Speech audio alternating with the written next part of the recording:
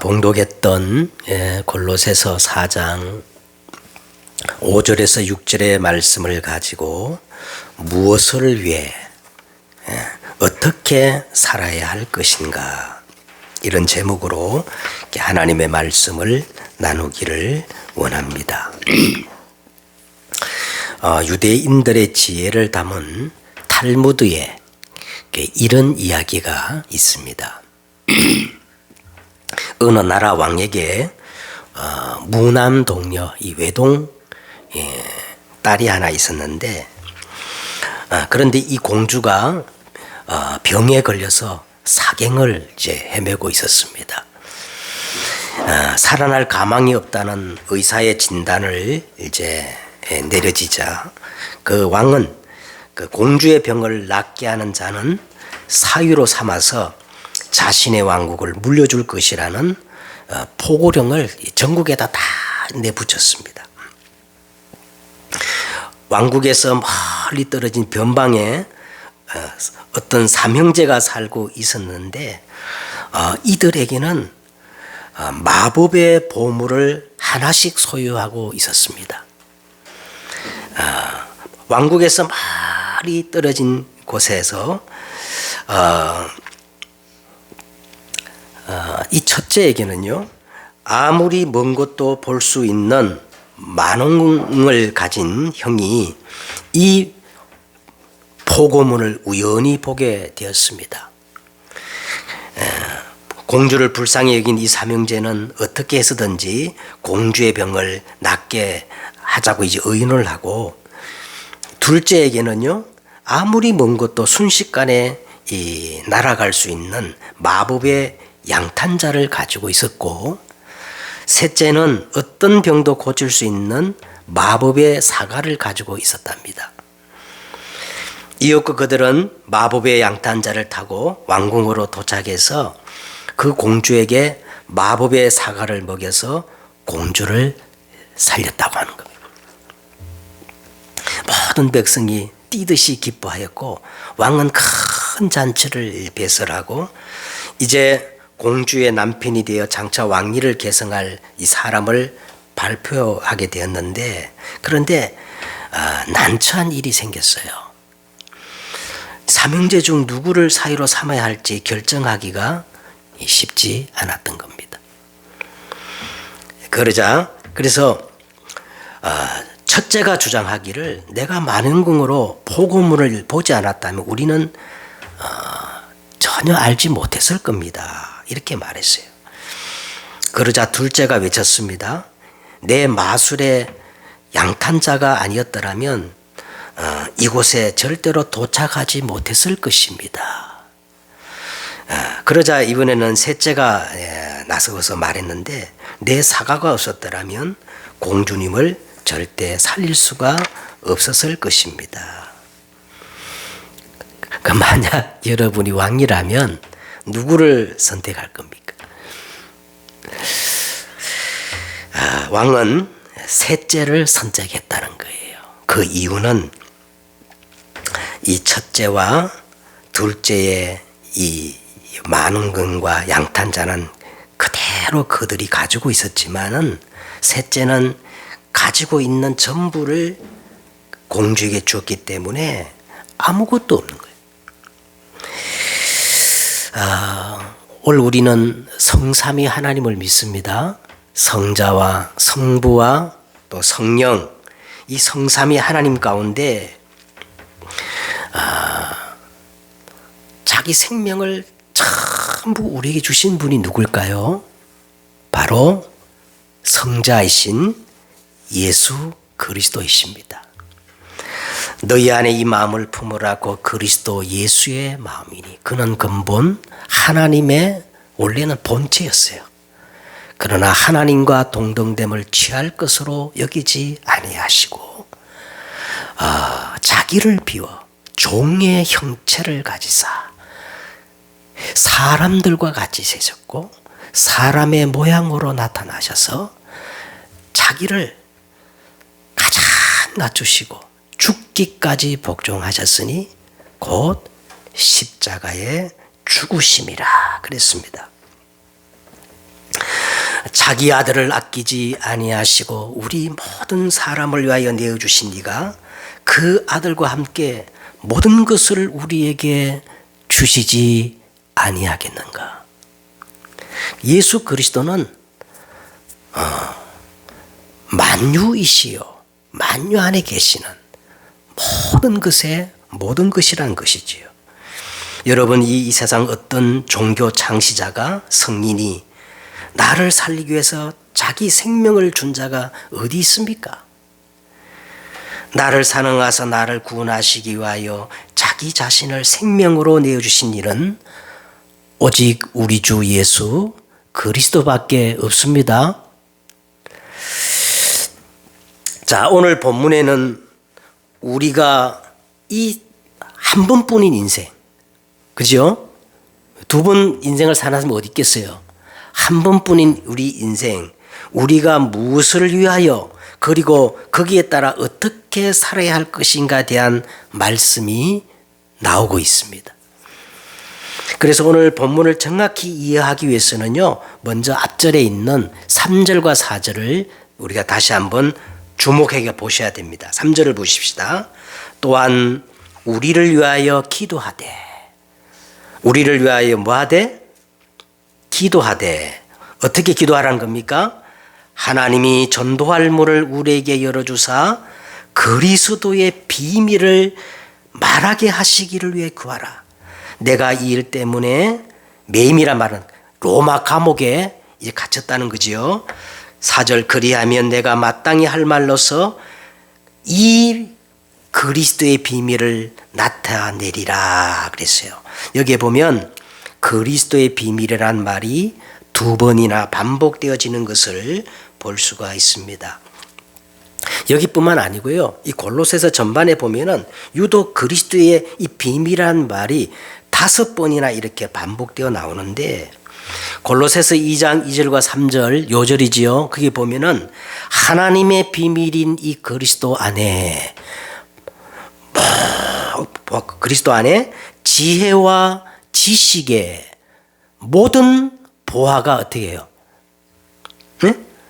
모든 보화가 누구나 볼 수 있도록 드러나 있는 것이 아니라 사기꾼이나 동기 있는 자는 절대 찾지 못하도록 감추어져 있다는 거예요. 바울은 이 그리스도 비밀 때문에 로마의 감옥에 갇혔고 자기 모든 인생을 여기에 걸었다는 겁니다. 여러분 중에 혹시 한 분이라도요, 오늘 이 바울처럼 나는 이 한 번뿐인 인생을 그리스도의 비밀을 나타내고 이 그리스도의 비밀을 전파하기 위해서 내가 어떻게 살아야 할 것인가, 거기에 대해서 한번 하신 분이 계십니까? 다른 복음은 없어요. 사람을 구원할 이 복음은 그리스도 비밀밖에 없는데, 내가 이 그리스도의 비밀을 가졌다면 한 번뿐인 인생을 내가 어떻게 살아야 할 건가, 여기에 대한 고민을 하신 적이 있습니까? 오늘 바울은 이걸 고민하면서 오늘 본문을 이렇게 기록한 겁니다. 자, 어떤 분들은요, 오랫동안 교회를 다녔음에도 불구하고, 아니 그리스도면 그리스도지 뭐 그리스도의 비밀이 뭐야? 성경에 그런 말도 있어? 너무 생소하고 막 처음 듣는 분이라고 듣는 그런 사람도 있는 것 같아요. 그런데 여러분, 오늘 이 성경에 나오는 그리스도가 아니고 그냥 그리스도의 이 비밀이라는 말은 성경에서 가장 중요하게 말씀하시는 단어입니다. 바울은요, 이 그리스도의 비밀에 자기 인생을 걸고 그것 때문에 로마의 감옥에 갇혔다는 거예요. 여러분, 사단은 에베소서 6장 13절에 보니까 사단은 어떤 존재냐면 모든 일을 행한 뒤에 하나를 모르게 해가지고 전부를 빼앗아가는 놈이라는 거예요. 정확히 성경이 이렇게 되어 있어요. 모든 일을 행한 뒤에 넘어지게 하는 자가 누구라고요? 사단이라는 거예요. 네가 얼마든지 교회도 다니고 예배도 드리고 열심히 찬양도 하고 헌금도 하고 봉사도 하고 다 해라. 다 하는데 모든 일을 행한 뒤에 딱 한 가지만 모르면 돼. 예? 그게 뭘까요? 그리스도의 비밀입니다. 예? 고린도후서 4장 4절에 그 중에 이 세상 신이 믿지 아니하는 자들의 마음을 혼미하게 하여 그리스도의 이 비밀의 영광에 복음의 강체를 비치지 못하게 함이니 그리스도는 하나님의 형상이니라 그랬어요. 이 사단은 한 가지를 모르게 해가지고 모든 것을 행하는데 넘어지게 하는 자라. 여러분 성경을 보세요. 성경에 보면 하나님이 여러 민족 중에 아브라함을 선택해가지고 이스라엘 나라 민족이라는 민족을 특별히 선택해가지고 가장 먼저 이 그리스도의 비밀을 알게 하셨는데 그 아브라함의 후손 이스라엘 민족이 이 그리스도의 비밀을 놓쳐버리니까 성경의 역사가 뭐예요?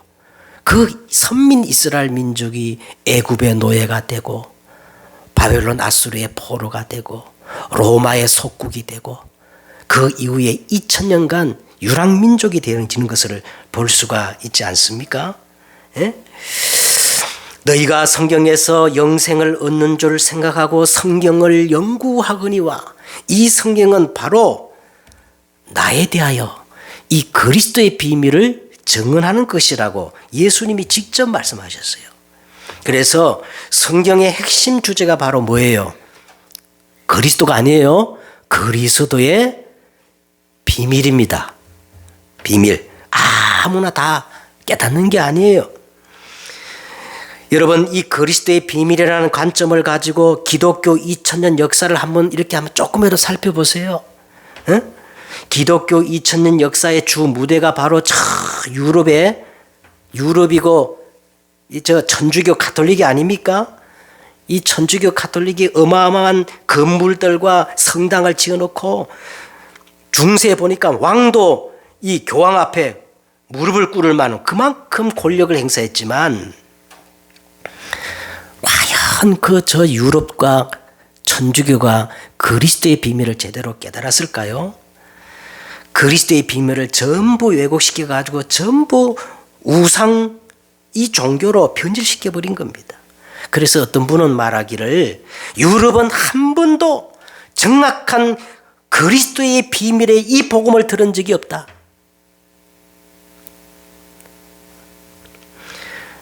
저도 동의합니다. 그래서 지금 이 지구에는요 계속 전쟁과 재앙과 저주가 끊이지 않는 거예요. 자, 그러면 도대체 그리스도의 비밀이 무엇일까요? 도대체 예수 그리스도는 누구실까요?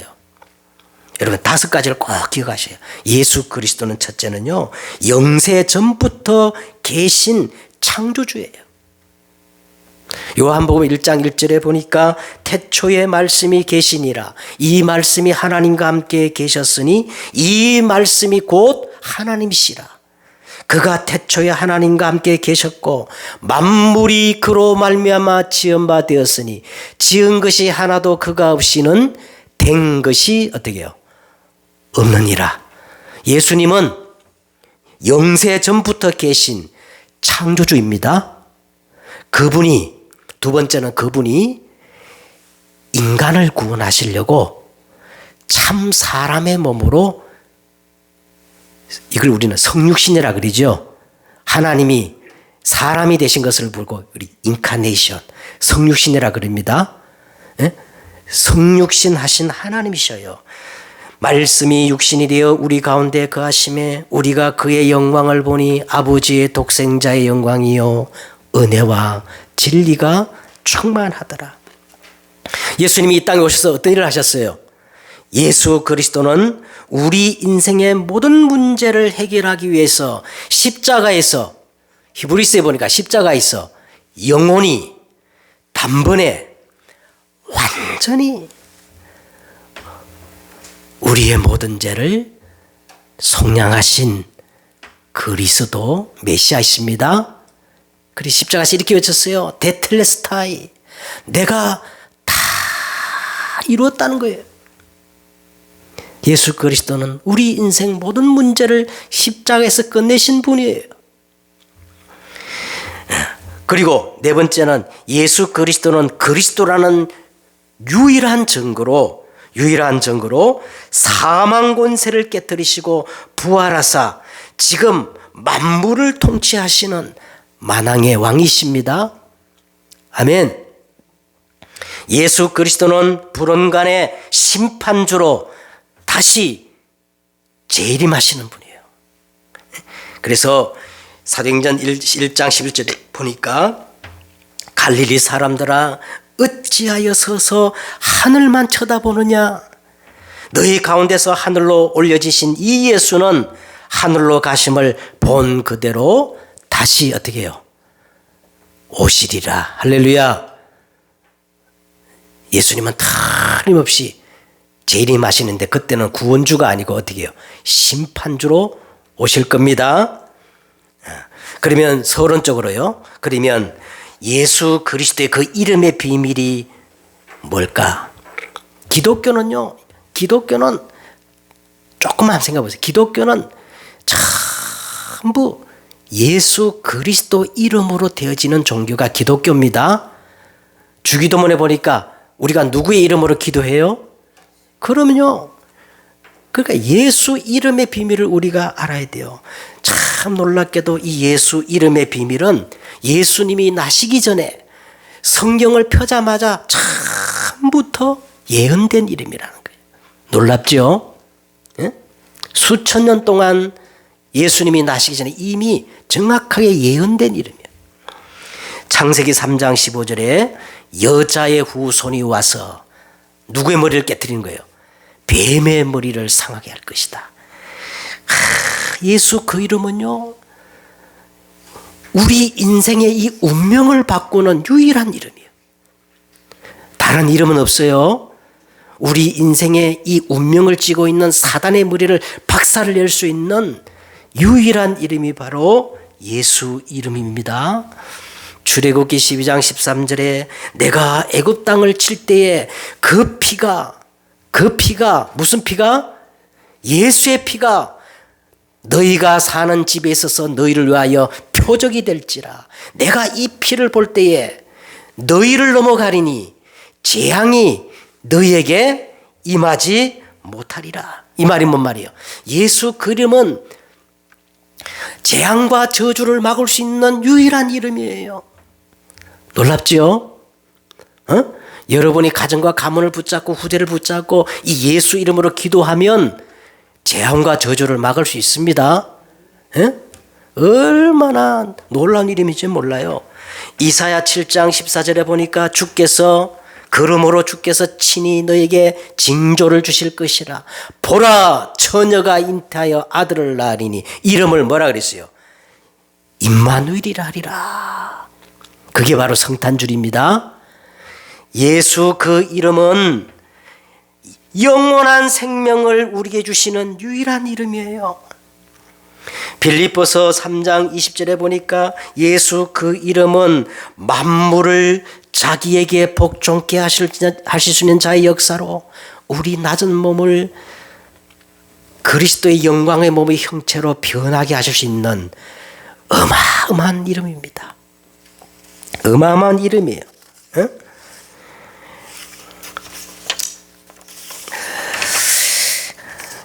로마서 16장 25절과 27절에 보니까 예수 그 이름은 영세전에 감추었다가 이제 나타나신 바 되어 세세 무궁 이어지는 영원하신 하나님의 명을 따라 나의 복음이 된 그 신비의 계시의 이름입니다. 그래서 로마서 10장 13절에 결론적으로 이렇게 말했어요. 누구든지 따라해봐요. 누구든지 주의 이름을 부르는 자는 구원을 얻으리라. 여러분 정말 이 그리스도의 비밀을 알고 예수 이름을 부르기만 하면 구원을 얻는 이름이 바로 예수 이름이에요. 엄청난 이름이에요. 그렇다면 저와 여러분이 이 영광스러운 그리스도의 비밀을 가진 자로서 어떻게 살아야 될 겁니까? 이게 오늘 본문의 내용이거든요. 제가 이 유튜브를 이렇게 보다가 그 유튜브의 그 알고리즘에 의해 가지고 우연히 유튜브에 영상 하나가 내게 뜨더라고요. 그래서 딱 보니까 우리 이 한국의 이 죽음학의 권위자인 아주 그 박사이시면서 이 서울대학교 교수이면서요, 이 서울대학교 병원에서 오랫동안 의사 생활을 하신 그 어떤 박사님 한 분이 이렇게 강의를 하는 걸 듣게 되었어요. 여러분들 제가 이름을 말씀 안 드리겠습니다만은 뭐 유튜브에다가 죽음학이라고 딱 쓰면 아주 막 엄청난 강의들이 막 나와요. 그분이 하신 강의들이. 근데 이분은 이 서울대학교에서 오랜 동안 의사로 이제 교수로 이렇게 살아오신 분인데 어느 날 의사로서 많은 죽음을 이렇게 보게 되었고 또 뭐 가까운 사람들의 죽음을 통해서 그리고 자신의 죽음에 대해서 진지하게 생각했던 겁니다. 여러분 사실 우리 인간의 마지막 문제가 뭐예요? 가장 큰 문제고 마지막 문제가 죽음의 문제가 아닙니까? 근데 이분은 그런 실존적으로 그걸 죽음을 진지하게 생각하고 그 죽음을 연구하게 된 거예요. 그래서 이분은 종교적 믿음으로 죽음을 연구한 게 아니고 의학도로서 학문적으로 이 죽음을 연구해 가지고 우리나라 이 죽음학의 권위자가 되어 가지고 많은 강의를 하고 계시는 분입니다. 이분이 학문적으로 죽음은 소멸되는 게 아니고 대부분 사람이 죽음 끝난다 그러잖아요. 근데 이분은 불신자임에도 불구하고 죽음은 소멸되는 게 아니고 다른 세계로 이동하는 관문이라는 거예요. 우리의 그 의식을 이제 예전부터 사람들은 이 우리의 의식이 내에 있다고 그렇게 생각했는데 내사 판정을 받아도 우리 의식이 그대로 존재한다는 사실을 임상적으로 그리고 많은 연구 논문 사례를 가지고 증명한 겁니다. 그리고 이분에 따르면 죽음 직전에 사람들 죽음 직전에 보면은 다 자기가 그 일생을 살아온 것들이 파노라마처럼 쫙 이렇게 막 보여진다는 거예요. 응? 그리고 이제 죽게 되어지면은 세 종의 사람이 있다는 겁니다. 세 종의 사람이 어떤 사람이냐면 삐태세계, 이분은 이제 삐태세계라 그래. 그 보면 이 죽었다 살아난 사람들 다 보면은 뭐 삐들 통과했다 그러거든. 그래가지고 이 사람이 죽으면 곧바로 삐태세계로 가는 사람이 있고 또 어떤 사람이 있냐면 그 지인들 사이에 한동안 머물러 있다가 삐태세계로 가는 사람이 있고 어떤 사람은 이 세상에 너무 집착이 많아가지고 이 세상에 집착해서 세상에 여전히 머물고 있는 사람들이 있는데 그걸 이제 지방령 귀신들이라고 이렇게 얘기를 하고 있어요. 그래서 제가 그걸 보면은 불신자가 이 정도로 박연한 것도 참 지혜롭고 대단한 것인데 근데 제가 볼 때는요 이분이 의사이고 박사지만 초등학문이라 왜 그렇게 생각하느냐 하면 성경은 진작부터 처음부터 이렇게 말씀하고 있는 거거든요. 한 번 죽는 것은 사람에게 정하신 것이요 그게 끝이 아니고 이후에 뭐가 있어요? 심판이 있으리니 지은 것이 하나도 그 앞에 나타나지 않음이 없고 우리의 결산을 받으실 이 앞에 만물이 벌거벗은 것 같이 드러나느니라. 성경은 처음부터 이렇게 말씀하신데 이분은 이제 70세가 다 돼가 깨달았고 이제 학문적으로 정리를 한 거예요. 근데 이 강의를 몇 편을 들어보아도 그 어디에도 인생이 어디에서 와서 무엇 때문에 살다가 어디로 가는지 정말 인생에 대한 근본적이고 실존적인 답을 찾을 수가 없어요. 이제 고작 하는 얘기가 뭐냐면 그냥 남에게 피해를 주지 않고 또 될 수 있으면 남에게 선행하며 살다가 미리 죽음을 예비하고 잘 정돈해서 만약에 죽을 때 막 병이 오면 이분은 하는 얘기가 진통제 있잖아요. 마약 같은 진통제를 사용하지 말고 어쨌든 고통 없이 죽으라는 거야. 그게 잘 죽는 거라는 거야. 그 정도 강의예요. 자, 그런데 오늘 우리는 그 정도가 아니지 않습니까? 우리는 이 그리스도의 비밀을 가진 자로서 유일한 답을 가지고 사람을 살리는 파수망대 역할을, 여러분 망대 역할을 감당하기 위해서는 우리가 어떻게 살아야 됩니까? 오늘 첫째로 성경은 뭐라 그러냐면 가장 먼저 지혜로 행하라고 말씀하십니다. 지혜로 행하여 그랬어요. 지혜로 행하여. 여러분 성경을 전체를 통해서 우리가 말하자면요, 가장 지혜 있는 자가 누굽니까? 시편 1장 7절에 보니까 여호와를 경외하는 자가 모든 지혜와 지식의 뭐지요? 근본이라는 거예요. 여러분 우리가 한평생 살면서 가장 지혜로운 자는 성삼위 하나님의 이 비밀을 깨닫는 자입니다. 이게 가장 지혜로운 자의 모습입니다. 모세는 시편에 이렇게 고백했어요. 우리의 연수가 70이요 강건하면 80일지라도 그 연수의 자랑은 수구와 슬픔뿐이요 신속히 가니 우리가 날아가나이다. 우리에게 우리날 계수함을 가르치사 지혜로운 마음을 알게 하소서. 이렇게 모세는 시편에 기록했어요. 여러분 오늘 우리가 이 땅을 살아가면서 가장 먼저 중요한 게 뭐냐면 하나님의 형상을 회복하는 겁니다. 하나님의 형상, 하나님의 창조의 질서 속에 하나님의 형상을 회복하는 것이 가장 지혜로운 사람이에요.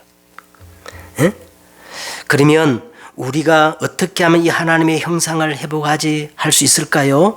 골로새서 1장 15절에 보니까 그리스도는 보이지 않는 하나님의 형상이요 모든 피조물보다 먼저 나신 이시니. 바로 우리는 예수 그리스도를 통해서 원래 인간, 하나님이 처음 지으신 그 본래 인간, 하나님의 형상을 회복할 수 있다는 거예요. 그래서 이것을 안 바울은 이렇게 말해요.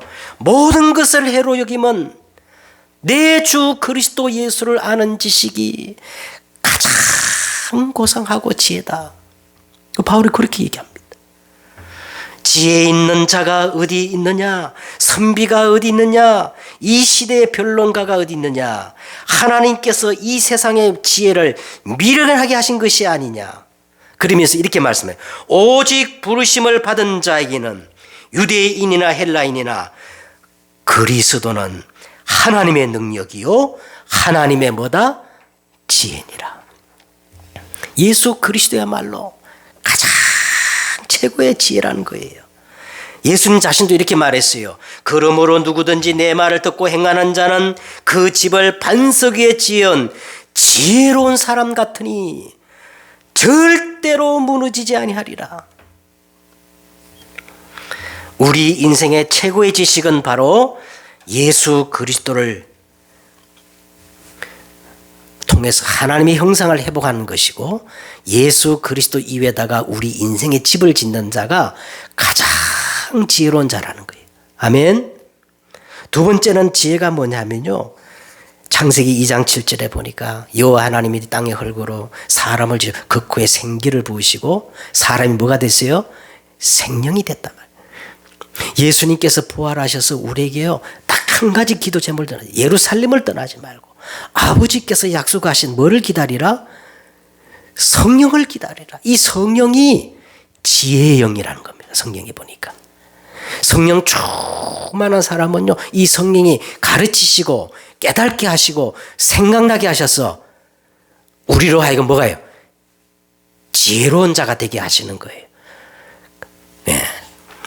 성령으로 충만한 자가 지혜로운 자입니다. 더 나아가서 성경 또 한 가지 말씀하시는데 어떤 자가 지혜로운 자냐면 하나님의 말씀, 이 하나님의 말씀을 정확히 붙잡는 자, 이 사람이 지혜로운 자라고 그렇게 말씀하고 있어요. 두 번째 오늘 성경은 뭐라 그랬어요? 어떻게 살아라는 거예요? 첫째는 지혜롭게 행하라. 두 번째는요, 세월을 어떻게 해요?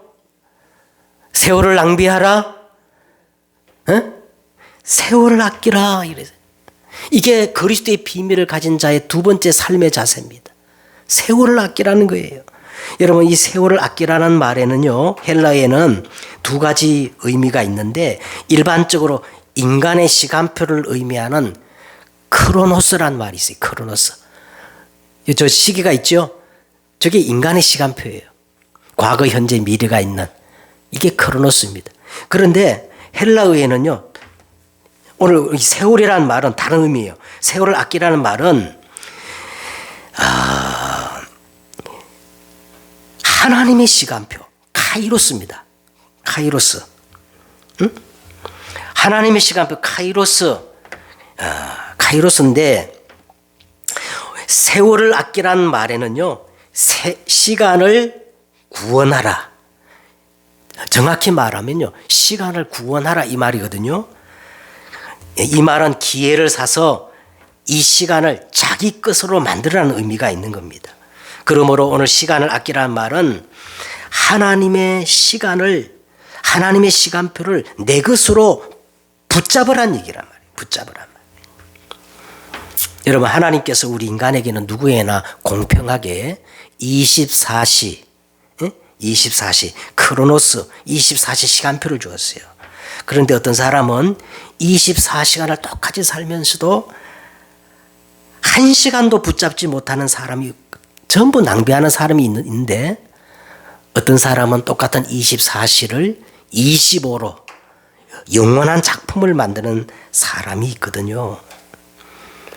그래서 우리는 이 시간을 구속하고 세월을 아껴야 돼요. 그럼 어떻게 하면 되느냐? 크로노스 24, 이 인간의 시간표, 하나님이 우리에게 주신 인간의 시간표, 이 크로노스를 24 나를 보좌화하는 플랫폼이 돼야 되는 거예요. 플랫폼. 두 번째는 카이로스 25지요. 하나님의 시간표, 교회를 보좌하는 파수망대를 세워야 돼요. 그 다음에 보좌와 소통하는 코스모스, 영원 현장을 보좌하는 이 안테나를 세워야 할 줄 믿습니다. 예. 여기 대해서 우리가 지난주 말씀을 나눴습니다. 파수망대를 만들라. 예. 세 번째는 어떻게 살아라는 겁니까? 말이라 그랬어요. 예? 세 번째는, 첫째는 지혜, 두 번째는 시간, 그 다음에 세 번째는 뭐예요? 우리의 말을 어떻게 하라는 거였어요? 너희 말을 항상 은혜 가운데서 어떻게 하라는 거예요? 소금으로 맛을 낸 것 같이 하라는 거예요. 말이 너무 중요하다는 거예요. 여러분, 소금에는 두 가지 기능이 있습니다. 첫째, 소금에는 어떤 기능이 있어요? 이 음식물 부패를 막아주는 기능이 있잖아요. 그죠? 썩는 걸 방지하는 기능이 있잖아요. 두 번째, 소금은 어떤 기능이 있냐면 음식에 맛을 내는 기능이 있습니다. 자, 이 말에는요, 소금처럼 이 말이라는 것은 사람을 죽이기도 하고 살리기도 하는 그 권세가 있으니까 말을 함부로 하지 말라는 거예요. 그럼 어떤 말을 하냐? 자꾸 사람을 죽이는 말 하지 말고, 상처 주는 말을 하지 말고, 어떤 말을 하냐? 살리는 말을 하라는 겁니다. 그 다음에 또 한 가지는, 여러분, 소금으로 맛을 낼 때 소금을 많이 넣으면 어떻게 돼요?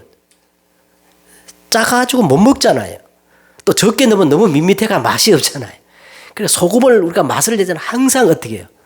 적당히 넣어야 되는 거예요. 말을 그렇게 하라는 겁니다. 신중하게. 왜 그런 말을 항상 우리가 이렇게 해야 되느냐?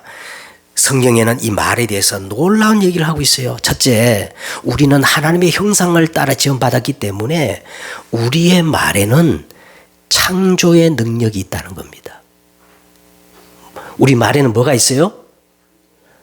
그대로 되어지는 창조의 능력이 있다는 거예요. 그래서 여러분, 우리 교육학에도요, 이런 말이 있어요. 피그말리온 효과라는 게 있어요. 에? 피그말리온 효과라는 게 뭐냐면, 우리 아이들에게 말해요.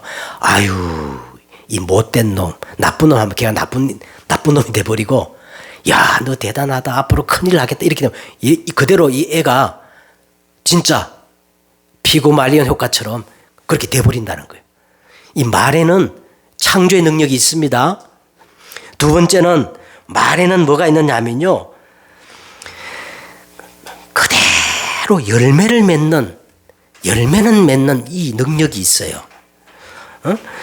민수기 14장 28절에 보니까 하나님이 가나안 땅을 정복하기 전에 12정탐꾼을 보냈는데 10정탐꾼이 아주 부정적이고 그런 말을 하잖아요. 우리는 안 된다. 절대 가나안 땅에 들어갈 수 없다. 우리는 그들 앞에 메뚜기다. 그들은 너무 장대하다. 그러니까 이 말을 들은 사람들이 막 백성이 낙담하고 막 하나님을 원망하고 모세를 멍망할 때 하나님이 이렇게 말합니다. 그들에게 이르기를 여호와의 말씀에 내 삶을 두고 맹세하노니 너희 말에 내 귀에 들린 대로 내가 행하리라. 너의 말이 내 귀에 들린 대로 어떻게 하겠다는 거예요? 내가 행하리라. 그래가지고 이스라엘 백성이 40년 동안 광야에서 죽어갔다니까요. 그 사람 말대로. 여러분, 세상 사람들도 말에 뭐가 있다 그래요? 말에 씨가 있다는 거예요. 그 말이 씨가 돼가지고 그대로 열매를 맺는다는 얘기입니다. 그래서 여러분, 말을 할 때는 진짜 소금으로 맛을 내듯 신중하게 해야 돼요. 말에는 중요한 우리 신앙 고백이 담겨져 있어요. 로마서 10장 9절에 보니까 사람이 마음으로 믿어 의르고 입으로 어떻게 해요? 시인하여 구원해. 이게 신앙 고백이거든요. 말에는 우리 믿음이 다 담겨져 있다 이 말이에요. 그리고 사도행전 2장 4절에 보니까 오순절날 초대교회가 성령 충만 받고 난 다음에 가장 먼저 변화된 게 뭐냐? 이 언어의 변화입니다. 새 방언을 말하며 그랬거든요. 여러분, 말이 바뀌어야 돼요. 말이 바뀌어야 재창조 역사가 일어나는 거예요. 응? 그래서 야고보서 3장 2절에 보니까 우리가 다 실수가 많으나 만일 말에 실수가 없는 사람이면 온전한 사람이라 능히 온몸도 굴레를 씌우리라. 말을 제어하는 사람이 온전한 사람이라는 거예요. 예? 그래서 말을 우리가 어떻게 해야 되느냐? 소금으로 맛을 낸과 같이. 이 말은요, 여러분, 은혜로운 말을 하시길 바랍니다. 살리는 말, 평강의 말을 하시길 바랍니다. 감사의 말을 하시기 바랍니다. 아멘. 결론을 맺겠습니다. 자, 우리가 어떻게 그리스도의 비밀을 가진 자는 어떻게 이 세상을 살아야 되느냐? 우리는 이 그리스도의 비밀을 나타내고 전할 수 있도록 전도의 문을 놓고 기도하는 사람이라면 어떻게 살아야 되느냐? 첫째, 지혜로 행해야 됩니다. 두 번째는요, 세월을 아껴야 됩니다. 세 번째는 뭐예요? 말을 신중히 해야 됩니다. 전도자의 말은요, 이게 역사하는 힘이 크거든요. 에? 그래서 틀을 바꿔야 돼요. 내 인생의 틀을 여러분, 붕어빵에는요, 붕어빵 틀에는 아무리 구원해도 그건 무슨 틀이만 나와? 붕어빵만 나오게 돼 있어. 틀을 바꿔야 돼. 우리 인생의 틀을. 그럼 어떤 틀을 바꾸느냐? 창세기 3장 나 중심이 아닌 오직 여자의 후손, 복음 중심으로 바뀌어져야 돼요. 창세기 6장 물질 중심이 아닌 오직 하나님 나라 중심. 할렐루야. 창세기 11장 세상 성공 중심이 아닌 오직 하나님의 계획 중심. 이 틀을 바꾸셔야 돼. 중심을 바꿔야 돼. 틀을 바꾸란 말은 우리 중심을 바꾸라는 겁니다. 나 중심이 아닌 복음 중심, 물질 중심이 아닌 하나님 중심, 세상 중심이 아닌 하나님의 계획 중심. 그래서 가장 복된 인생을 사시는, 마지막 날 가장 복된 것을 계산할 수 있는 청지기 같은 여러분 되시기를 주의 이름으로 축복드립니다. 기도하겠습니다. 하나님, 유일한 이 그리스도의 비밀을 가진 자는 어떻게 살아야 할 겁니까? 가장 먼저 지혜로 행하게, 그 다음에는 세월을 아끼라고 말씀하셨고, 우리의 말을 항상 소금으로 맛을 낸 것 같이 하라고 주님 말씀하셨습니다. 오늘 우리가 이것 붙잡고 정말 내 인생의 틀을 바꾸는 저들 되게 하옵소서. 주 예수 그리스도의 이름으로 기도드렸사옵나이다. 아멘.